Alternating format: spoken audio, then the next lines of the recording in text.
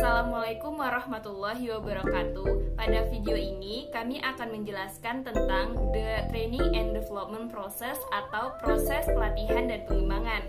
Kami dari kelompok 1 yang beranggotakan Almira Fitriana, Devita Rahmawati Napitupulu, Putri Anggri Azari dari Prodi Pendidikan Administrasi Perkantoran Universitas Negeri Medan dengan mata kuliah Manajemen Pelatihan dan dengan dosen pengampu Ibu Alvinura MSI.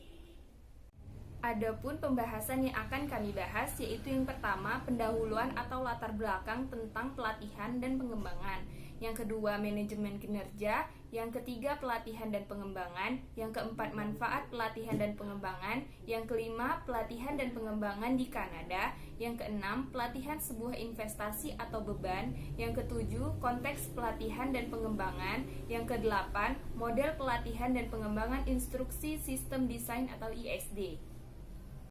Kita masuk pada pembahasan yang pertama, pendahuluan atau latar belakang. Pelatihan dan pengembangan merupakan tolak ukur keberhasilan dan daya saing suatu organisasi. Karyawan yang tidak terlatih dengan baik akan membuat kesalahan yang mengakibatkan kecelakaan yang mengancam keselamatan dan kesejahteraan umum. Nah, kita masuk pada contoh kasus yang pertama.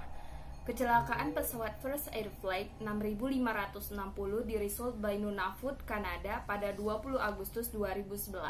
Dalam hitungan detik, pesawat menabrak bukit yang menewaskan 12 dari 15 orang di dalamnya termasuk 2 pilot. Nah, penyebab terjadinya tidak lain yaitu serangkaian peristiwa kompleks dan kesalahan pilot juga berkontribusi pada kecelakaan tersebut. Pelatihan yang dipakai oleh First Air atau maskapai penerbangan itu yaitu Crew Resource Management atau CRM. CRM merupakan pelatihan yang berfokus pada komunikasi dan pengambilan keputusan. Namun pelatihan tersebut sudah ketinggalan zaman dan akhirnya pihak maskapai memperbarui pelatihan karyawannya tersebut. Contoh kasus yang kedua yaitu polisi menembak mati beberapa orang sakit jiwa di Toronto antara tahun 2002 sampai 2013. Hal ini terjadi karena kurangnya strategi polisi untuk menenangkan situasi atau bernegosiasi dengan orang yang memiliki gangguan mental. Maka dari itu dibuatlah program pelatihan kesehatan mental atau IPS untuk para polisi. IPS yaitu program yang dapat mengenali gejala krisis, menilai kemampuan fisik dan mental subjek. Setelah 6 bulan pelatihan IPS dijalankan, petugas yang berpartisipasi menjadi mampu menangani orang dengan penyakit mental secara lebih efektif. Nah, dari kedua contoh kasus tersebut dapat kita lihat bagaimana perlunya pelatihan dan pengembangan yang terbaru untuk karyawan di suatu organisasi atau perusahaan. Maka tidak mengejutkan bahwa organisasi menginvestasikan jutaan dolar setiap tahunnya untuk pelatihan dan pengembangan ini. Pembahasan selanjutnya yaitu manajemen kinerja.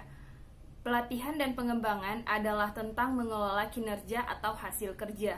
Manajemen kinerja adalah proses menetapkan tujuan kinerja dan merancang intervensi serta program untuk memotivasi dan mengembangkan karyawan untuk meningkatkan kinerja mereka yang komprehensif dan berkelanjutan. Titik awal dari proses ini yaitu yang pertama mendefinisikan kinerja, yang kedua menetapkan ekspektasi kinerja, yang ketiga menetapkan tujuan kinerja.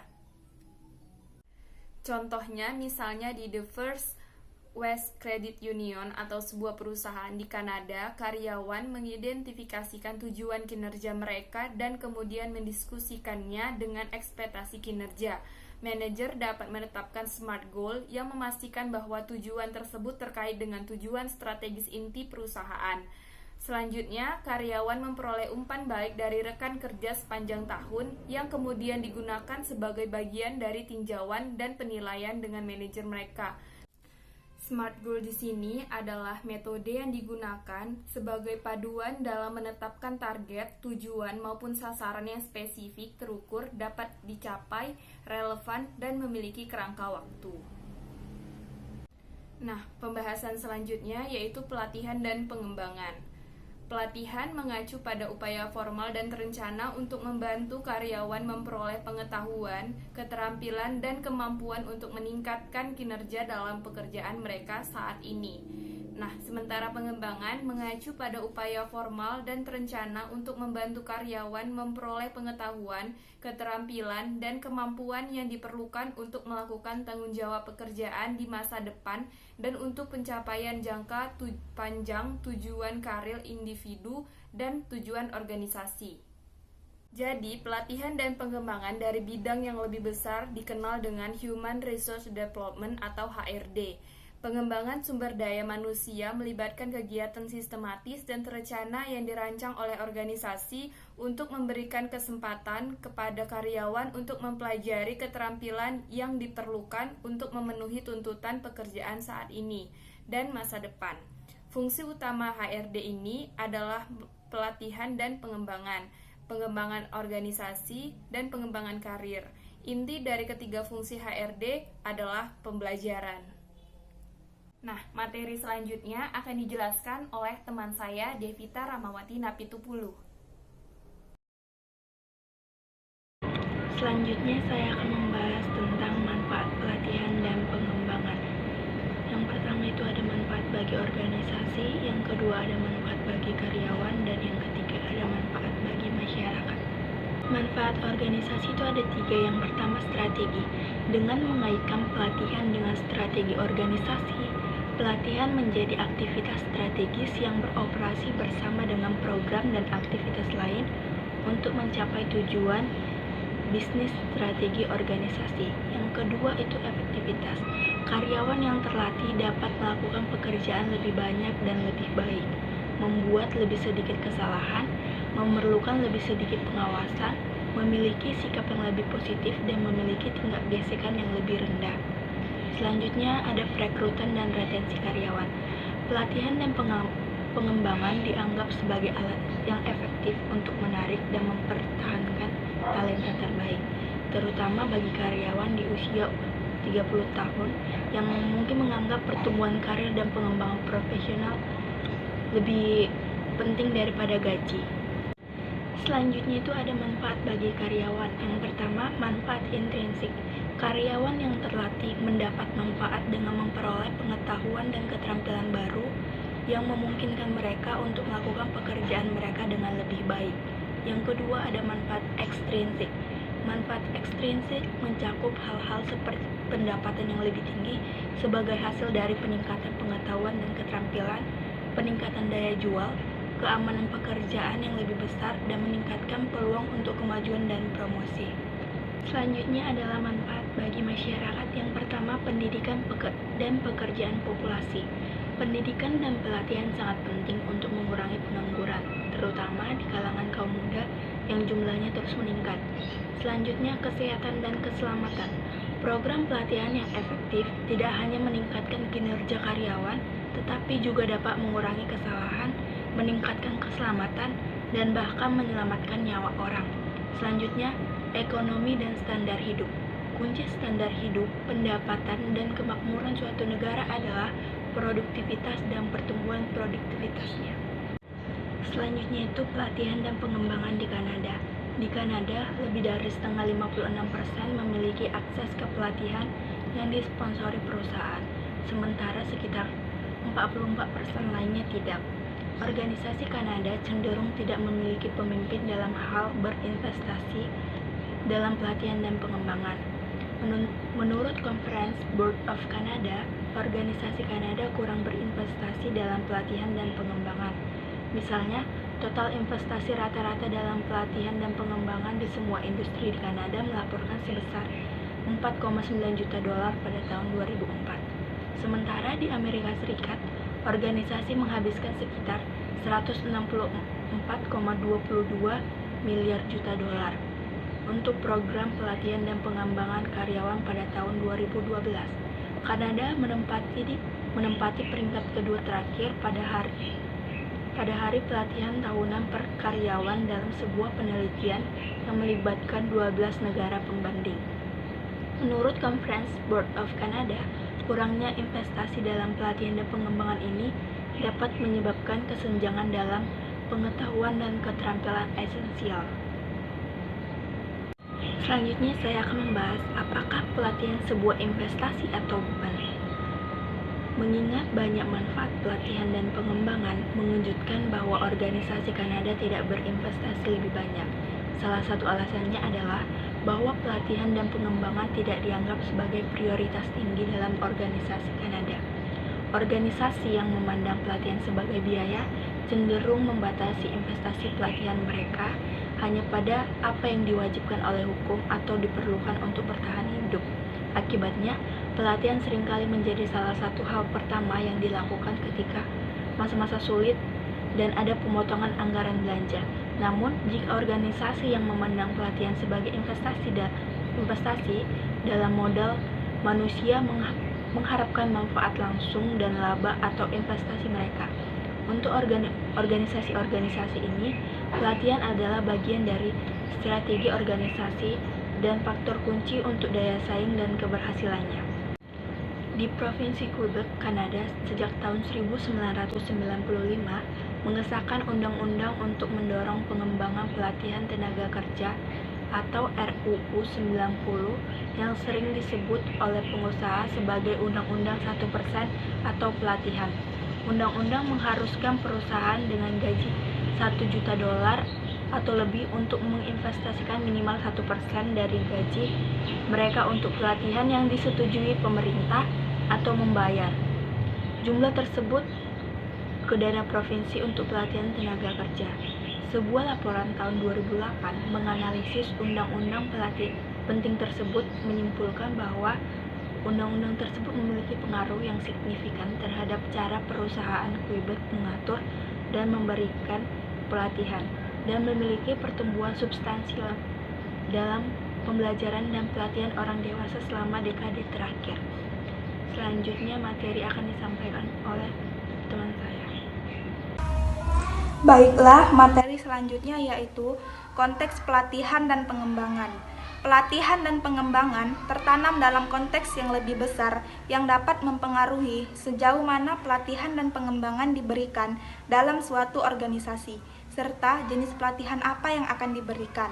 Yang pertama, ada konteks lingkungan, pelatihan dan pengembangan. Beberapa faktor lingkungan utama yang mendorong sumber daya manusia, pelatihan dan pengembangan adalah persaingan global, teknologi, pasar tenaga kerja, dan perubahan organisasi. Meningkatnya persaingan global telah memaksa organisasi untuk meningkatkan produktivitas dan kualitas barang dan jasa mereka. Perbaikan dalam proses produksi dan inisiatif kualitas hampir selalu membutuhkan karyawan untuk mempelajari keterampilan baru.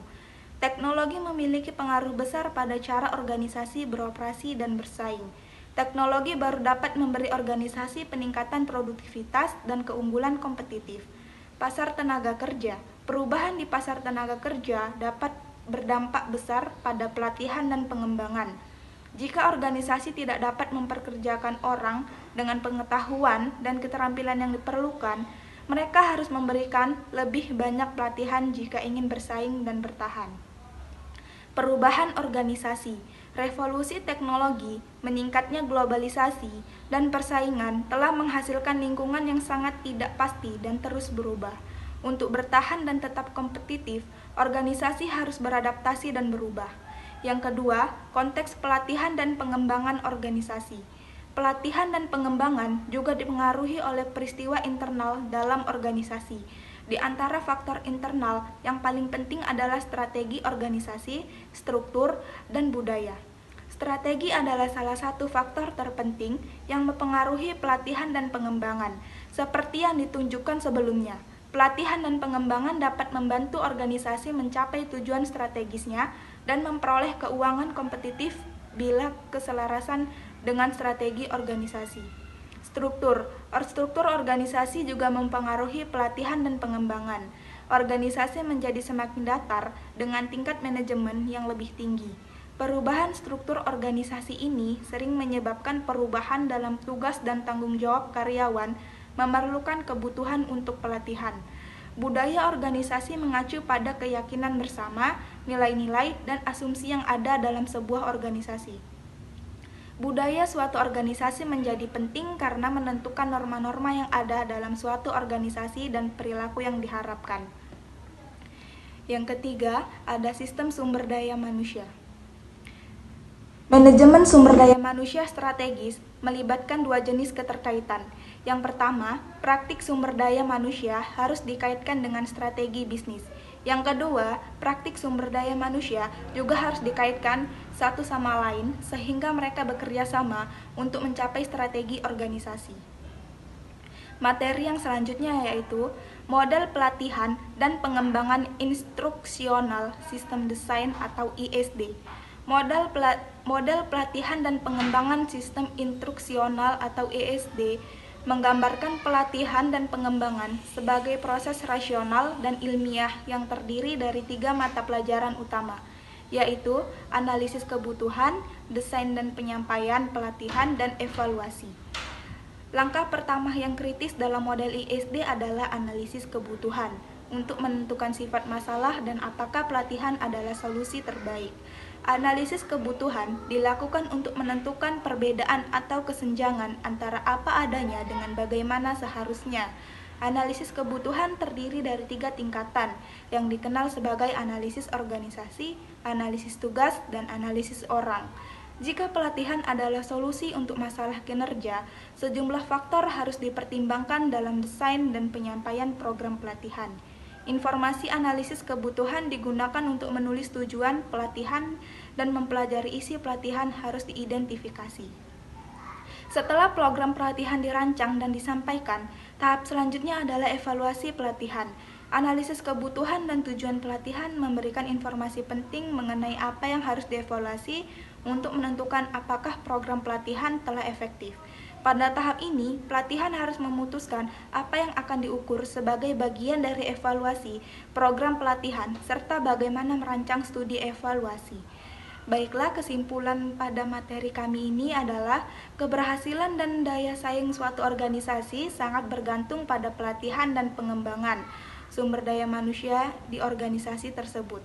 Karyawan yang tidak terlatih dengan baik membuat kesalahan yang mengakibatkan kecelakaan dan mengancam keselamatan dan kesejahteraan umum.